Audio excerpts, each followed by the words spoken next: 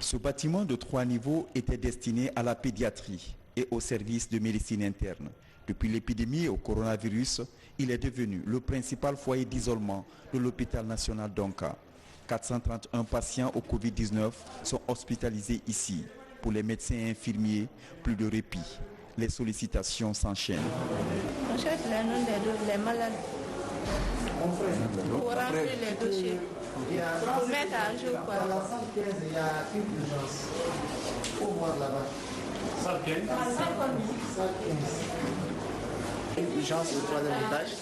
L'équipe qui doit monter, je les alerte et ils vont monter. Pour une des rares fois, cette équipe ne montera pas seule. Nous allons la suivre. Pour cela, il nous faut aussi enfiler des combinaisons. Elles sont spécifiques face à l'agent Covid. Il vous reste juste l'écran facial ou la lunette. C'est des agents très virulents, donc il faudra qu'on se protège.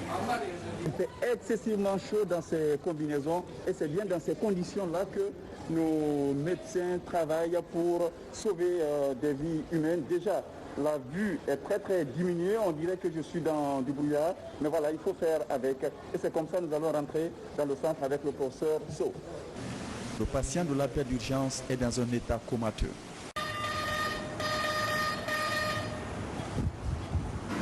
Mais l'équipe de l'unité de réanimation a réussi à le stabiliser. Et ça, c'est un traitement lourd. C'est le dernier niveau. D'accord?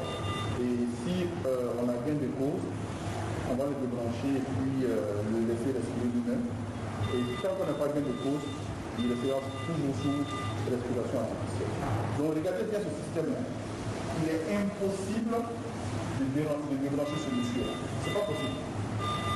D'accord? On ne peut pas le débrancher. C'est un système qui est fait de sorte qu'on ne peut pas le débrancher du tout. 30 bouteilles d'oxygène par jour, 22 respirateurs actifs, c'est l'arsenal de l'unité de sauvetage. Ça, oxygénateur, très bon. 3 jours. Je respire moi-même.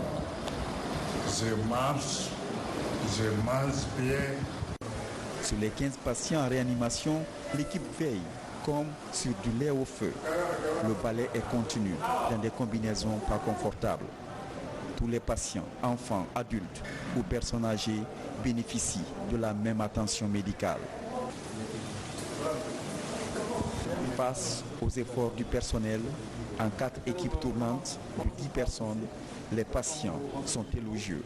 Oui, moi je suis rentré le vendredi 8 avril. Pratiquement, l'accueil a été très bon. Il est vrai qu'on a un peu retardé parce qu'il fallait prendre des informations, inscrire et autres, trouver de la place. Mais depuis que je suis rentré le vendredi, tout va bien.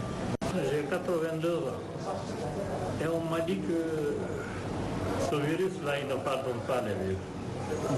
J'ai donc essayé d'éviter réellement le virus. J'ai essayé. Je rentre dans une chambre, à un bureau. Je ne m'assieds pas parce que je ne sais pas qui était assis là.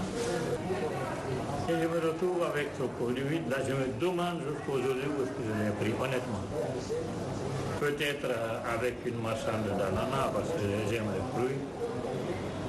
Peut-être comme ça la voiture, parce que je marche ma voiture, je monte les vitres.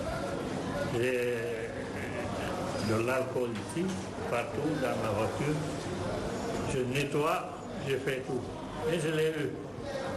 Je dis donc, il faut vraiment s'efforcer, ceux qui l'ont et qui savent qu'ils l'ont, ou qui peuvent savoir qu'ils l'ont, qu'ils cherchent à savoir et qu'ils le détruisent, pour ne pas le communiquer à d'autres. Équipe d'Onka meilleure. D'Onka meilleure. Quiconque a Covid, il vient d'Onka, il ne meurt pas. On ne comprend pas le risque qu'on prend pour nos patients. Ici, c'est une zone hautement infectieuse. Voilà pourquoi on nous a appelés comme ça. On a nos familles à la maison, on a nos activités, on a tout laissé pour être là au service des patients. Nous sommes en CMMD, nous ne pouvons pas débrancher quelqu'un et brancher un autre. Ce n'est pas possible. Ça, ce n'est pas de la médecine. Et nous, on a prêté serment pour ça. Et on va faire vraiment ce qui se doit pour nos patients. Voilà. On ne va pas se laisser décourager par des gens qui ne savent pas réellement le but de notre présence. La plupart de ces médecins ont appris des commentaires désobligeants à leur endroit sur les réseaux sociaux. Mais en patriote, ils décident d'avancer sereinement. Ce corps médical, il a besoin de reconnaissance et du respect. C'est ça dont nous avons besoin.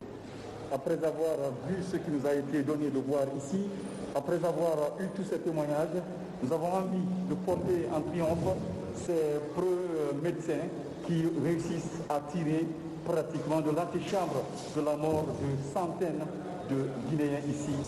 Le défi ici est perpétuel. Aucune âme ne doit être laissée aux ventouses du coronavirus. Le protocole de soins pratiqué par ce corps médical est des plus efficaces en ce moment.